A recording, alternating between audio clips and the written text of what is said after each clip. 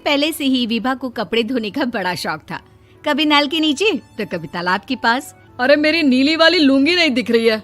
विभा की अम्मा, कहाँ रखी है लुंगी? अरे वो तो विभा ने परसों ही धोकर रखी थी आपकी अलमारी में, देखो वहीं होगी। वो ना मैंने आज धो दी, मुझे लगा कि गंदी हो गई होगी। अरे कैसे गंदी हो गई थी? उसे तो मैंने पहना भी नहीं। हे भगवान, इस लड़की के कपड़े धोने की आदत से परेशान हो गया हूँ मैं। जितना तो घर में राशन नहीं आता, उससे कहीं ज्यादा डिटर्जेंट पाउडर का खर्चा है। इसकी शादी करवा दो, शादी। जाए अपने घर में ही करे काम, फिर चाहे घर के कपड़े धोने हो या पूरे गांव के। हाँ ठीक बोल रही हो, देखता हूँ मैं कोई लड़का। वो दिन भी आ जाता है जब विभा को देखने लड़के वाले आ जाते हैं। लड़की मुझे अच्छी लगी। होने वाली सास कहती है, बेटी अगर कुछ पूछना है तो पूछ लो। वैसे तो हमारी लड़की बहुत ही शर्मीली है, जो बोल दो वो मान लेती है, इसे क्या पूछना होगा। अरे कैसी बात कर रही हो माँ, मुझे इन लोगों के घर रहना है, सवाल तो कई है। हाँ हाँ बेटा, पूछ लो ना, क्या पूछना है। आप लोगों के घर कपड़े कौन धोता है? सास का मुंह बन जाता है।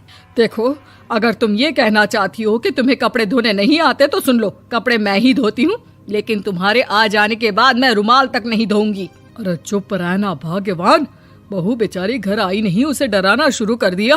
वो क्या है ना बिटिया, अभी तक तो ये कल्लू की माँ ही धोती थी, लेकिन अब तुम्हारे पापा तो दहेज में वॉशिंग मशीन देंगे ही। तभी विभा की माँ बोल पड़ती है, सवाल भी पूछा तो क्या। वैसे भाई साहब, मशीन की तो फिर भी कपड़े धोने की कैपेसिटी होती है। मतलब जो बिटिया दे रहे हैं ना विभा, इसे कपड़े धोने का बहुत शौक है। ये आप लोगों के क्या, आस पड़ोस गांव मोहल्ले सबके कपड़े धो दे और उफ तक ना करे। बाहर देखा नहीं आपने कितने कपड़े सूख रहे हैं? सब हमारी बिटिया ने ही तो धोए हैं। बस भी करो ना माँ, शर्म आ रही इतनी तारीफ सुनकर। और तो और एक दाग निकाल कर दिखाओ तो मान जाओ। हाँ अच्छा, माफ करना बेटा, मैंने गलत समझा। हमें तो रिश्ता बहुत पसंद है। और ऐसे जुड़ जाता है रिश्ता कपड़े धोने का शौक रखने वाली विभा का। उसकी शादी हो जाती है कोयला फैक्ट्री में काम करने वाले कल्लू के साथ। शादी के बाद अचानक विभा चिल्लाती हुई सास के पास आती है। सासू माँ, अरे सासू माँ कहाँ है आप? ये तो धोखा है, धोखा दिया आप लोगों ने मुझे। इसे ससुर के चक्कर के बारे में पता चल गया। अरे तो उसमें तुझे क्यों धोखा मिला है? अरे नल में पानी नहीं आता, कपड़े कैसे कब धुलेंगे?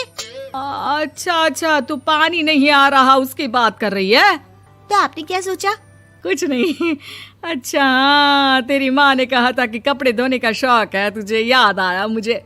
शौक बोलकर कपड़े धोने वाले मेरे जुनून को कम ना आके सासू माँ, कपड़ा धोना मेरा गुरूर है। तभी पति भी वहाँ आ जाता है। अभी मैंने इसे सनी देओल की फिल्म दिखाई है, उसी के डायलॉग मार रही है माँ। अच्छा सुन, साफ बता रही हूँ, पानी सुबह 4 से 6 और शाम को 10 से 12 आता है, समझी? विभा टाइमिंग सुनकर हैरान हो जाती है। ये क्या भूतों का मोहल्ला है? सुबह 4 बजे उठकर कौन कपड़े धोता है? 4 बजे टंकी में पानी जाता है, फिर सारा दिन धोना ना, किसने मना किया?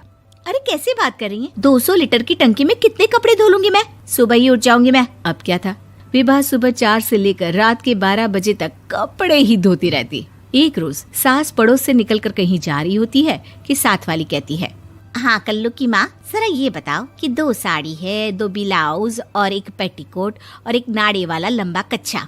हाँ तो?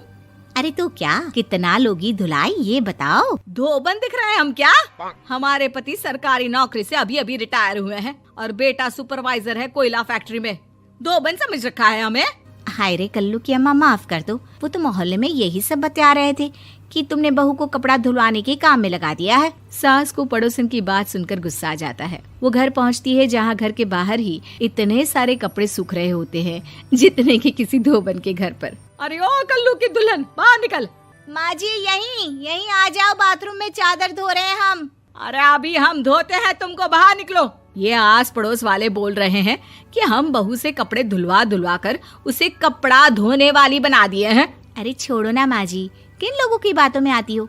आस पास के लोगों का तो काम ही होता है कि वो किसी तरह सास बहू को लड़ा दे।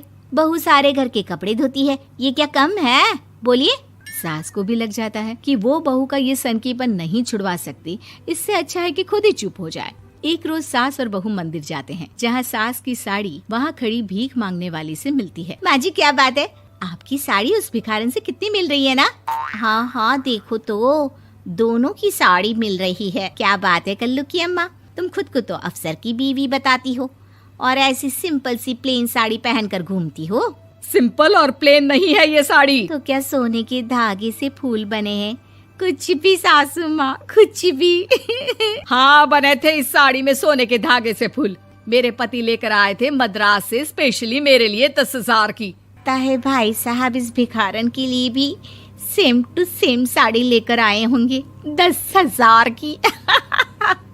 सास उस वक्त तो कुछ नहीं कहती, लेकिन बहू के साथ घर आती है और अलमारी से एल्बम निकाल कर लाती है। ये साड़ी देख रही है, ये वही साड़ी है जिसे मैंने अभी पहना था।